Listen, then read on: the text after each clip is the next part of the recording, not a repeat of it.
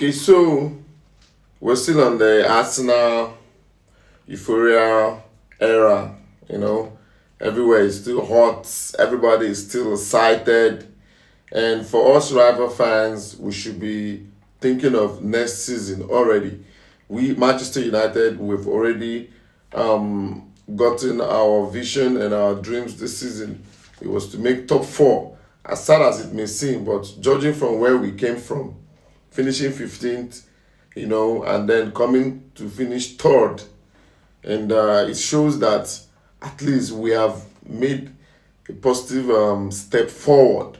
Arsenal has made these steps for over 5 seasons towards the right direction, and eventually they have finally gotten what they've always wanted for the past 20 years. Now, I've seen some Chelsea fans coming to, they think they just, because they won the league previously, that it's now time to banter Manchester United. I know it's going to seem like that, but what people don't understand is the beef between the banter we had with Arsenal is not actually because of they've not won the league in over 20 years. No, that's not the banter. The banter we've had with this team, Arsenal, is because they've not won the Champions League ever. Now, the Champions League is the bigger banter here. You understand? Because if we are to judge by because they've not won the league for 22 years or thereabout, that's not the reason. In fact, Chelsea at the time didn't win the league for 50 years. There are some people that became children. From children, they become fathers. From fathers, they became grandfathers. And Chelsea didn't win the league all through that time. So it was never about Chelsea bantering them for not winning for 22 years, because they have been in worse situation. In fact, Manchester United have been there for over 40 years. They didn't win the league. How old am I today?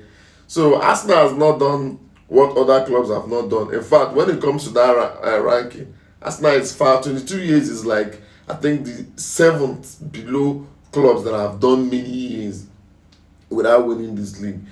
Top elite clubs, you will not believe that on the list. You understand? So it's nothing too fantastic. Where we're more interested in is the Champions League. If Arsenal gets the Champions League, now they're even going to be in a better bragging right, because they haven't done 40 years. We have done 40 years. Chelsea has done much more without winning the league. So that's going to be a thing. So what we should be concentrating on now is how to build our team next season. Because we are now in the Champions League and we're going to be playing so many competitions. It is the best time we have this summer to plan and buy quality players. Also, we need to make sure we build our defense, because if you watch, Arsenal was able to win this league because of their defense. That's just not the striker. How many goals did the attackers have? They don't have the best attackers. Man City has, even we do. But look at this. Gabriel Saliba has been outstanding. Declan Rice, they brought him in. He got them a step closer, even to the Champions League, and now he's won it for them. So these are the kind of changes we need in our team. So I'm thinking we need to get at least 2 centre backs. Not even one. You cannot depend on the league to be fit all through the season. And the league can change. By 1 or 2 injuries can change a league. Two key players might not be available, and then they disrupt the formation and the pattern of play. And then games you are supposed to win 3 straight, you might win 1 and draw 2. That changes everything. Every game next season must be seen as final. You understand? So we need to build our defense stronger. Defense and midfield first. We have manageable attacks. Defend midfield is the most important.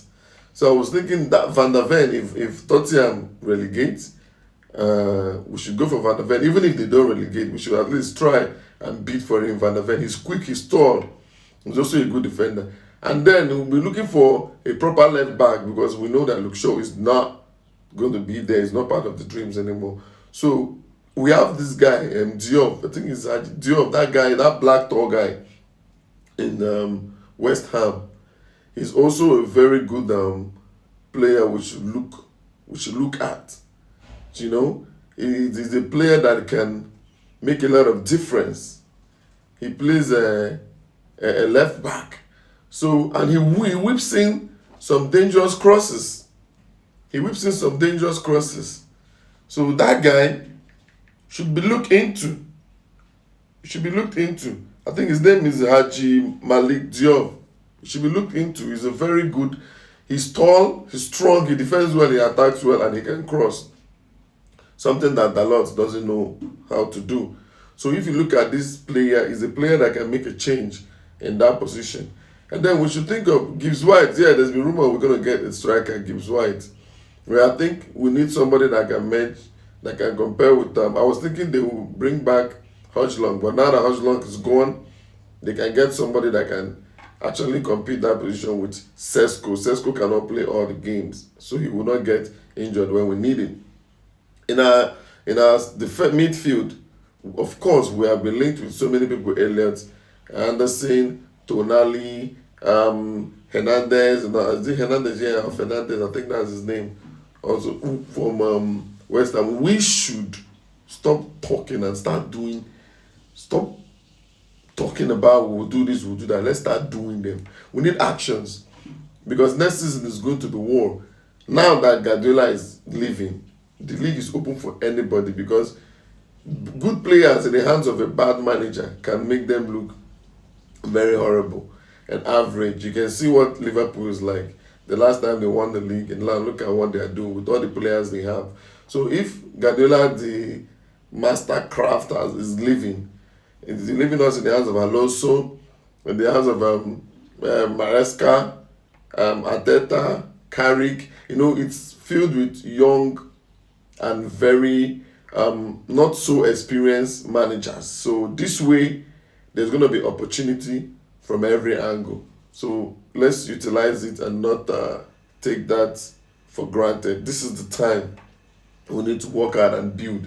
This season, I don't see Arsenal doing what they did back to back, winning the Premier League back to back. It's not in there. I don't think. I tell you, if you watch the way they won this one, it's just because that most of the teams that were competing were unserious. If Manchester United were to be in Man City position, I don't think we're going to drop once we take over because we're good at beating big teams. Maybe the Man City had the most difficult features than Arsenal.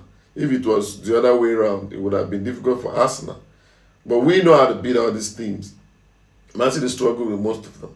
So that's just it. When it matters, Man U turn up. We are more of Champions League material right now than even in the Premier League because we don't have the squad depth to keep going back to back. That is why we need to buy minimum 5 players, 4 to 5 players. The board is talking about 3 to 4, but I believe we need 4 to 5 in the summer, and then in the January window we can add more to it. Most of our key players came in the January and they're doing good. So I think we are going to be competing in this league proper 2028. Yes. Next season we will try. I cannot say how far we will go, but if Carrick continue in this pattern, we're going to go pretty far, right? But I believe the signings we'll do in the summer will determine what we are going to become. Because Arsenal is already balanced and they just need to add a few more to their game. But you know, every season that ends, other managers study you and then go and work on how to. So you need to add some things. And we already know Arsenal's weakness. Arsenal's weakness is the attack. They don't have enough attack to score all those goals. And they're not that creative anymore. Most times they don't score from open play. You see set pieces. And then the advantage they have is that they defend well. So it's going to be different from the other clubs. That is why I'm saying that except they get set pieces in the Champions League, they might not be able to defeat PSG because PSG will attack you like a lion attacking his prey to the end. So let's just pray that it gets better for Manchester United because it is clear now that we are going to be the next Banta club. God help us.